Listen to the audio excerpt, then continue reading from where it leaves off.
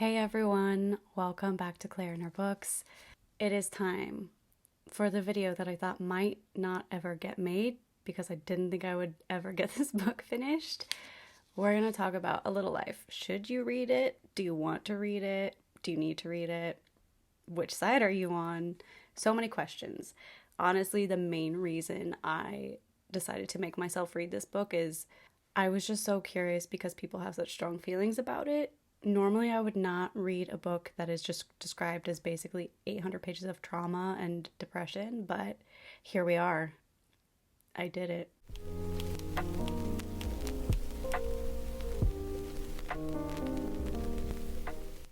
So I'm gonna do a spoiler-free section and then a spoiler section. I've been going back and forth on how I wanted to do this. It's such a hard book to talk about if you're leaving out pieces because the things that would spoil it are they take up such a massive chunk of the book, but you don't find them out right away. Some things you don't find out till the end, even though you see the effects of those things throughout the whole book. So it's very hard to navigate how to talk about this with people who haven't read it.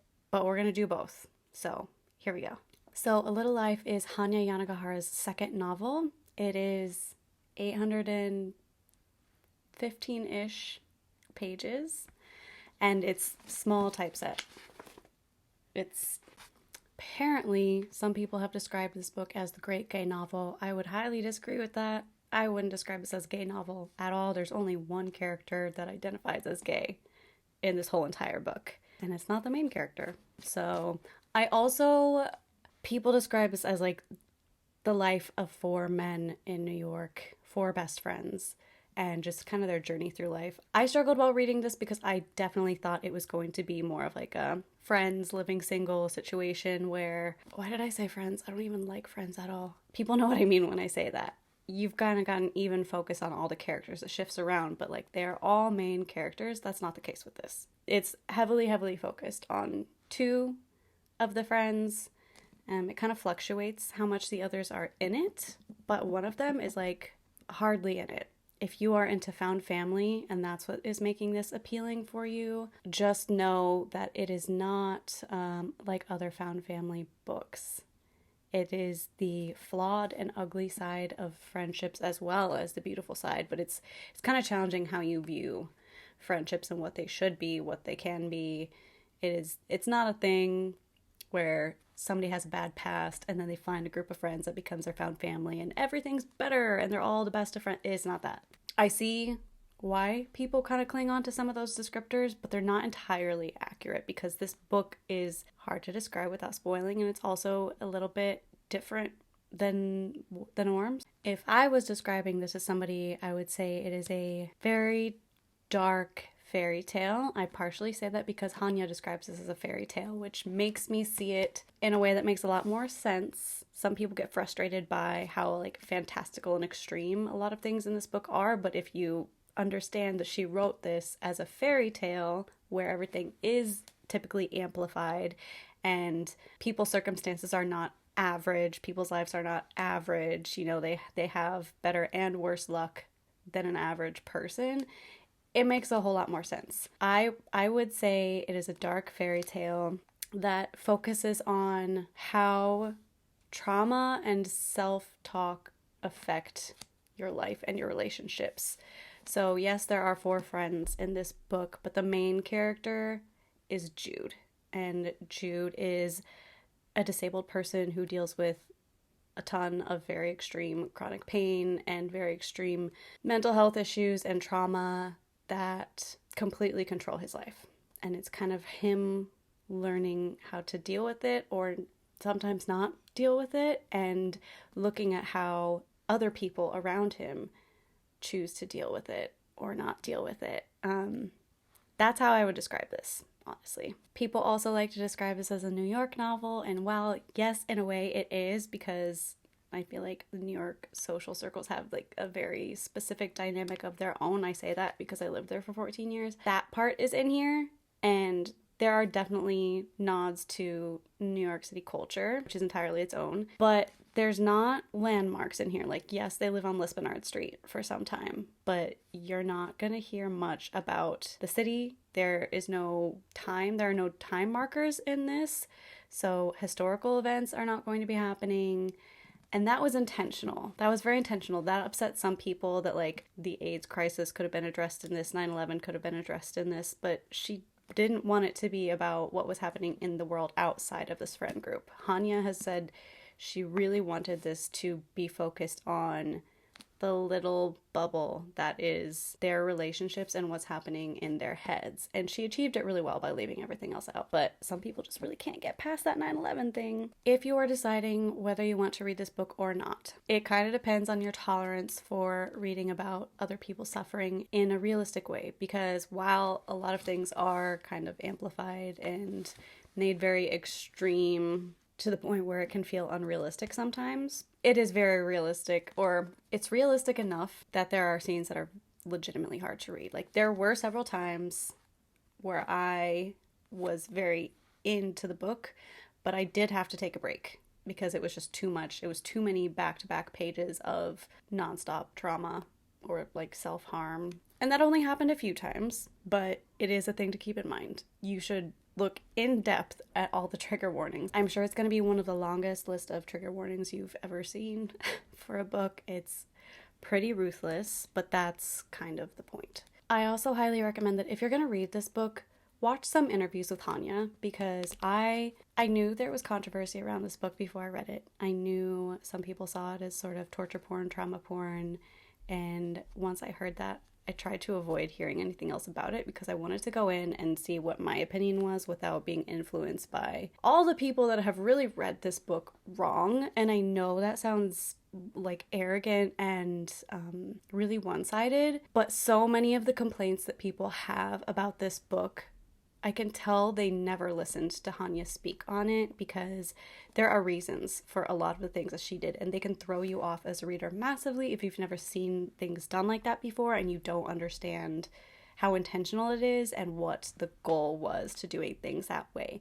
There are plenty of things where I was like, I don't like this at all. And then when I watched interviews with her, I was like, oh, okay, no, but I get it. And like, she did achieve her goal by doing things the way she did, so I can't be mad at that. It's full of such sensitive topics that of course people are going to have strong opinions on, and they should. Like, these are things that are not easy to talk about, and this book just kind of throws them out there for anyone to comment on, so it makes sense that people are going to be happy and unhappy with how things were done and what was said. But I just think it's really important to hear the author's side, and that is probably the best thing this book has done for me, is it's made me aware of how much I should be looking at author interviews talking about their books after I read, honestly, any book, because yeah, it's just crazy watching people rant about this book, which, like, I have issues with it too. But I kind of formed my opinion after listening to opinions from all sides of things, and I get both sides, but it does feel like a lot of people are just kind of ranting mindlessly because they're just ready. They're just ready to go off about something. So yeah, I don't know. I guess this whole section is just a lot of disclaimers. It's hard to figure out if you should read this book when there are so many warning signs from everybody on social media saying it's gonna rip your soul out, you're gonna sob, and people are posting videos of them crying. Like, I was fully prepared for that. I didn't cry at all, but I did have a hard time reading some scenes, and there were some parts where I felt like it didn't need to be quite that long. I don't think things should have been super abbreviated because she was trying to make a point, and I understand that.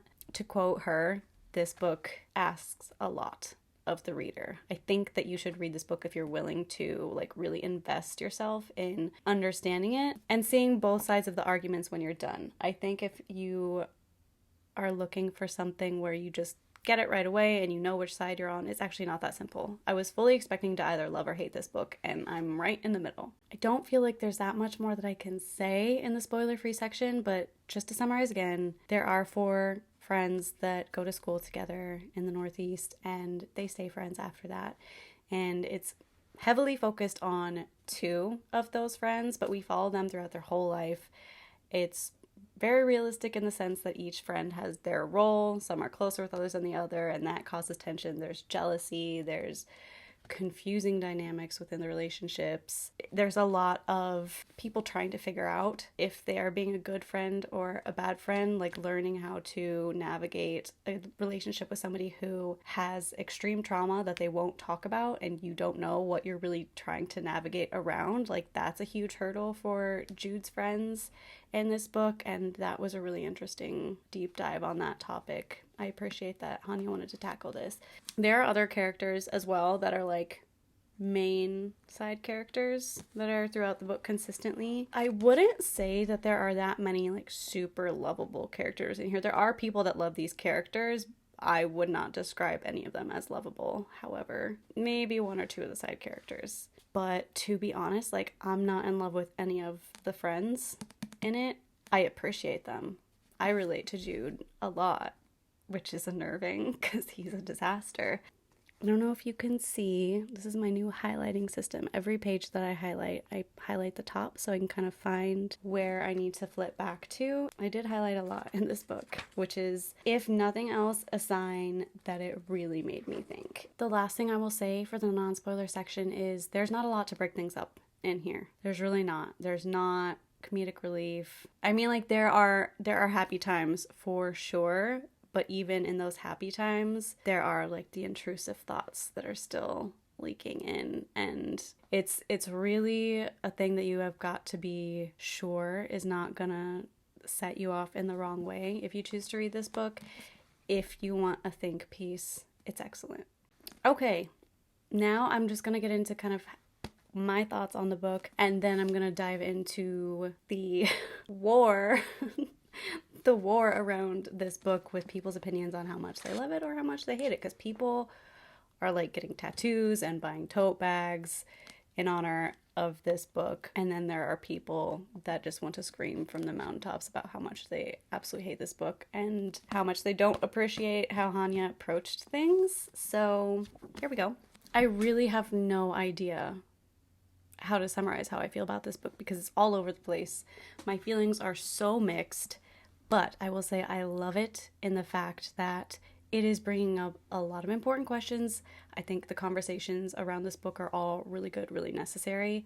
And I wish more books made people think and argue and debate as much as this one does, because I think that's half the point of books. Not all books, but I think it's important to have books like that. And Hanya nailed that. Okay, like, whether you like this book or not, there are people that it has helped. There are people that it has touched.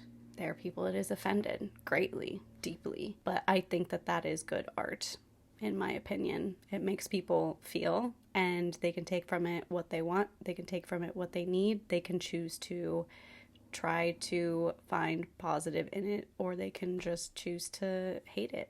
And that's all fine. For me, I appreciate Jude. I do appreciate Jude because there are things that were running around in Jude's head that I never thought I would see in a book. Just ugly, dark thoughts about himself that I related to, and just, it was mind-blowing to see that on the page here, and that is a lot of what I highlighted. It's just moments where I felt very seen by what was happening in Jude's head. So I do partly love this book just for that. Like, there are some things that even if I hated the rest of it, if I got one thing like that from a book, I still will partially love it. There are parts that I think are fantastic. Like I said, I didn't realize this was a fairy tale going into it, and I think that part I would have liked to know before reading it. I didn't really want to know anything beforehand, but that part actually would have been helpful because it was just like, oh god, like, even the ones with the worst past are still ending up like super rich and famous, and this is also unrealistic. This is about like the 1% in New York and blah blah blah. Knowing that it was a fairy tale and they were all supposed to be like that because she wanted to just amplify everything, amplify the feelings, amplify the trauma and the drama and the strain and the complications and all of that, it makes sense, and I can respect that. What bothers me a lot is, first of all, let me say I fully believe Hanya is allowed to write about whatever she wants. She can write about whatever she wants. Nobody should be telling her it's not her story to tell. I understand that argument, and I think that she did some things very wrong, but she is allowed to write about it. And it's very interesting because there are plenty of gay men and people with really traumatic pasts and people with disabilities that are all encompassing in their daily life that feel like she nailed it. And they have never felt the way this book made them feel. They felt so seen and they felt so grateful to have that. And then there are people with the same issues who are totally on the other side of the fence, which is why I think this book is, at the end of the day, great, because it's sparking conversations. So Hanya has said she did a lot of research into like everybody's jobs. She did a ton of research at law firms for Jude's job. And I just find that really interesting because she's made it clear she did not do any research in regards to cutting or self-harm. She didn't do any research into Caleb's character and the scenes involving Caleb. Yeah, I don't know. It's very confusing to me because when you listen to interviews with Hanya, she seems very respectful and thoughtful and deliberate and methodical, but it just doesn't line up. She keeps talking about how much research she did into Jude's job. She talked to so many people. I just don't understand why you would research that part and not the more important parts that are things you cannot relate to and things that are going to be very, very sensitive for people who struggle with those issues or have to read. And especially when you want to make it so dramatic and drawn out and detailed and gory and painful to read. I think that if you want to do that, that's fine because that's proving a point in itself, but you should research it. It just seems, it seems disrespectful, but she doesn't seem like she wanted to be disrespectful. It's just very confusing trying to figure out where, like, why. And that's a frustrating thing is, like, everybody's so polite at these interviews that everybody asks what research she did regarding Caleb and the cutting and all of those really difficult topics. And she always says she doesn't research them, and nobody ever asks her why. And I wish somebody would just have the spine to go to an interview and say, why did you feel like you should research this but not this? Because, yeah, that's kind of the number one thing that is, I cannot figure it out. I can't figure it out. I think she made a huge mistake there. And some people have said she wrote those parts really, really well. But then there are some people that think she didn't. Just make it make sense, Hanya. Make it make sense. So another thing I have found very interesting is Hanya has addressed that, you know, everybody is so supportive of Jude and they love him so much. And for the amount of difficulties that they go through trying to learn how to navigate friendship with him, you would think he must have this amazing draw to him. He must have this outstanding, just lovable, or at least genuine personality that just makes people stick with him through thick and thin. But you don't see that personality, and she's acknowledged that. Like, we just kind of have to trust as the reader that there is something that great about Jude to make people stick with him through all of this. She's acknowledged that that's a decision she made. I haven't heard her explain why. I am curious about that. It is interesting to me that Hanya wanted to write a book about people who don't make it past their trauma, people who never really recover and who are never really happy again. And I have beef with people who are like, let's not put that message out there. That's a real thing, okay? It's a real thing. Like, I get it. You want everybody to be happy. You want everybody to have something to work towards. But, like, it's just not reality for everybody. I think Hanya is a very, very, very, very much a realist, even when it sounds very dark. She's a realist, and there are people that are not jiving with that. But I think that's why she should have written it the way she did, is because there are people who never make it past this. They never get out of it. They spend the rest of their life trapped there, no matter how hard they might try, and I think that they deserve to be written about also. There kind of seems to be this thing where a lot of the readers whose videos I've been watching think that writing about something and acknowledging it and giving it life on a page means that the author thinks that's how things should be and that's how things always are and that is the only way things can be. And I think that just maybe comes from people being really jumpy and just wanting to like have an opinion on things super quickly without taking the time to hear all sides of things. And you can still listen to all of Hanya's interviews and be like, no, I disagree with everything you're saying. That's fine. But I think people are just like largely misunderstanding a lot of what's happening in this book. And a lot of what Hanya is trying to say and why. That's been very interesting to see, because there are like 40-minute videos of people ranting about this book, and right from the get-go I'm like, just go watch an interview with her. You like that thing you just said, you're clearly misunderstanding her strategy, her goal, her reasoning, and you might still have the opinion that you do afterwards, but at least you would understand her side. It's clear that you don't right now. And that's just been so many videos I've watched.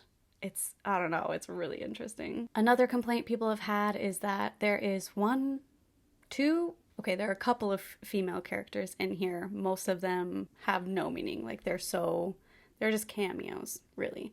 There's one female character in the book that really has any meaning.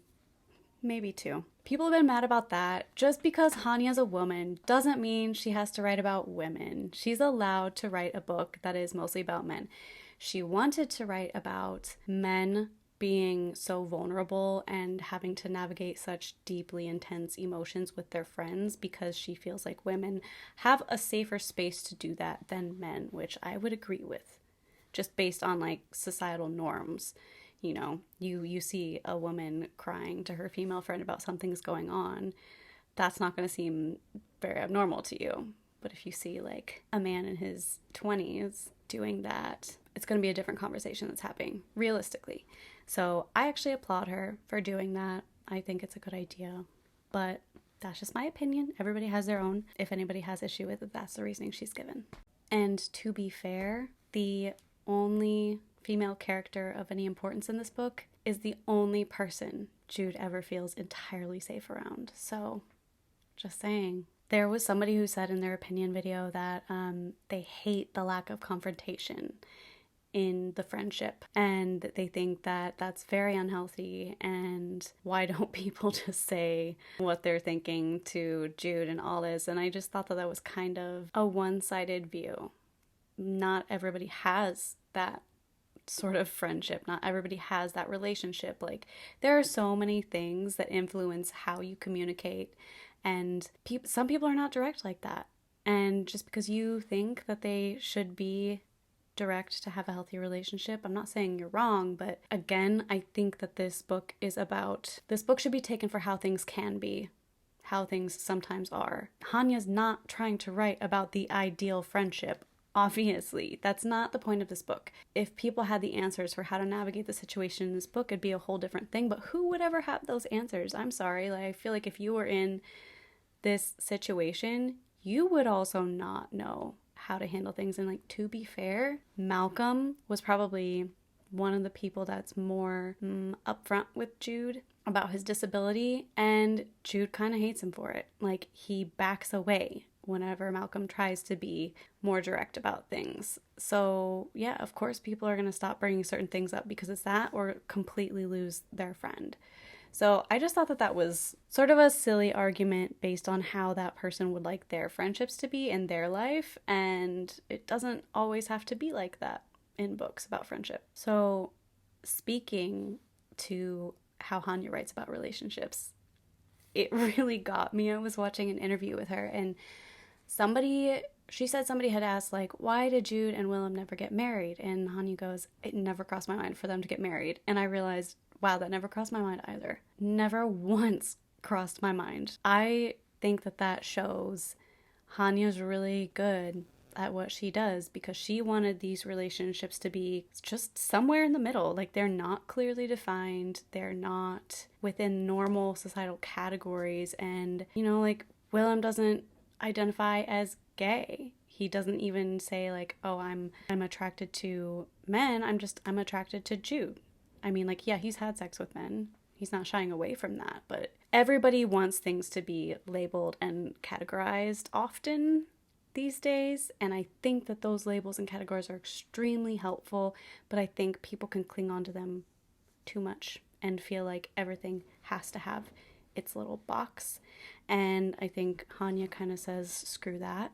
And I think she does so successfully, because I find Willem and Jude's relationships to be fascinating. Absolutely fascinating and challenging and interesting and well executed in the book. I love that she wrote it the way she did. Oh, what else did people say? There's one that says this book doesn't focus on the friendship, it just focuses on Jude. I disagree with that. Like I said, it doesn't focus on the like inner workings of a group friendship dynamic the way I thought it would, but it's constantly talking about friendship. Yes, most of the time it's between Jude and somebody else. It's very rare that it's between two people that are not Jude. That is still friendship, so I'm not really sure what this person's saying, but it's just whatever you're expecting it to be, it's probably different. I really like Hanya's prose. I think her style is really good. There are a few parts that I think were kind of unnecessary. Like sometimes she just starts rattling off like lists of things and like lists of options, and they're not contributing to the storyline or the conversation that's happening at all. And she doesn't do it that often, so it's kind of confusing when she does, because it just seems kind of out of place. Especially when this book's already so long. Like, I don't really think there are things that should be cut out of the book. I think that it needed to be this long to work in your brain the way she wanted it to. But there's just a few things that wouldn't even make really a big difference, but things that could have been left out, like lists of items. I don't really think that was necessary, but it's not that big of a deal. Okay, I'm gonna read just one sentence, and it's not like the most deep thing ever, but it was kind of the first moment where I thought Hanya just figured out a way to completely summarize something that takes up a lot of space in my brain, and it would take me paragraphs to explain it. She just used one sentence. This is when Harold's talking, and it's in one of those scenes where he's like writing a letter to somebody, and he's speaking about Jude, and what he says is, I have still never met anyone as neatly or severely bifurcated as he. Someone who could be so utterly confident in some realms and so utterly despondent in others. And I think a lot of people can probably relate to that, but that was when I was like, okay, I need to keep my highlighter out because this is about to just get very real for me. There are just nuggets like that that really keep me attached in a big way to Jude. I just think it's funny that most of us have a very easy life compared to Jude, and yet so many people say they connect with him so intensely. I find that very fascinating. Yeah, I don't know. I don't think I'll ever be able to rate this book. I think it's kind of unrateable because it is such a different thing for everybody who reads it, and it's probably going to be constantly evolving in my brain. I don't think I'll ever stop reading interviews or opinion pieces about this because it's wild. Like, I was even looking up articles and reviews that are specifically written by people with really, really traumatic pasts or people who are disabled in a way that like heavily influences their just day to day. And people are on both sides. You know, I have read somebody who thinks Jude was written so well and it like hit this person so hard to have this piece of literature. And I think it's massive that that person has that. I think no matter what, if like one person who's in any situation similar to Jude's gets any comfort out of this book is already worth it. But there are definitely disabled people who feel like this is a huge misrepresentation and that Hanya is writing Jude in a way that is telling people with disabilities should be pitied. I have opinions on that. I don't really want to speak on it because I'm not disabled, so I'm just going to stay out of that. But it's very interesting that every topic in this book is so divisive, even among people who can relate to certain things. I just think it makes it a good book. Like, there are problems with it. Like I said, there are problems with it. But it's making people think and it's making people talk. So just want to say for the record that I appreciate and understand JB's character, but I hate him so much. I do honestly appreciate that he never gives up trying to like earn his spot back. You know, a lot of people would just run away from everything they had done to their friends, but he doesn't. Like, that's commendable. But God, he sucks. He sucks. And the one thing that I haven't really heard anybody talk about, but that kind of bothered me while I was reading the book, and I still don't understand, is I don't really understand why Malcolm is there, because he is such a small part of the book. You know, like when he's there, I get it and he's like serving a purpose, but I just don't really understand why he's such a minor character in comparison to the other three. Like this story feels like it's about three friends to me, because he just like swoops in at when it's convenient, when they need stuff with their apartment, and then he's gone. Like you don't really hear about Malcolm that much if he's not needed for his skills. I'm gonna keep searching. I hope that I find an interview where somebody asks her about Malcolm. But if anybody has any input on that, please enlighten me, because there's gotta be a why behind it. Like she's a very intentional author. I have not been able to figure that out yet. So those are my thoughts on A Little Life. I am so proud of myself for reading this book. This book intimidated me for a long time. I really went back and forth on whether I should read it or not. In the first 100 pages, I was just like, I don't know how I'm gonna do this, but I did it. It's like fairly highlighted, which is always a good sign, and I'm happy that I can be a part of the conversation now. I think if you like difficult discussions about human nature and the human psyche and relationship dynamics and all of these things, or if you like exploring difficult topics, this is a very good book. If you want to escape from reality in a positive way, this is not the book for you. But the main thing is check the trigger warnings, because yeah, it's brutal. It is brutal. I hope you guys drop your comments down below if you've read this, or if you've even just watched interviews about this book, because I would love to have a discussion about it with other people who have read it. I don't know anybody who's read it currently, which like I don't blame anybody, but I would love to talk to somebody who's read it and get their opinion on things, because that was the whole reason I did it. That is it. That's what we got for today. It was quite a lengthy one, but I don't want to cut this video short, because there's a lot that went into this book, and there's a lot that's being felt because of this book, good and bad. And God, this is not everything. This was me trying to like hit main points and just talk about the biggest things at the front of my mind. But thanks for sticking with me to the end of this video. It's probably the book that I am most proud to have read, because it's intimidating, but it's difficult. It's totally doable, but it's difficult. You just have to be willing. You got to be willing to go through some stuff in your head. Needless to say, I'm shifting to some happier books to do a little palate cleansing after all of this. This took me it took me at least 2 weeks to read, but I'm a slow reader anyways. There is a theater production of A Little Life, if that's something you want to look into. It was really interesting watching interviews with the people who are cast for that, and just kind of their journey and understanding something so complicated before taking it to the stage. Let me know what you think, guys. Seriously, there's so much you can get into with this book. There really is. But that's it for today. I'll see you guys in the next video.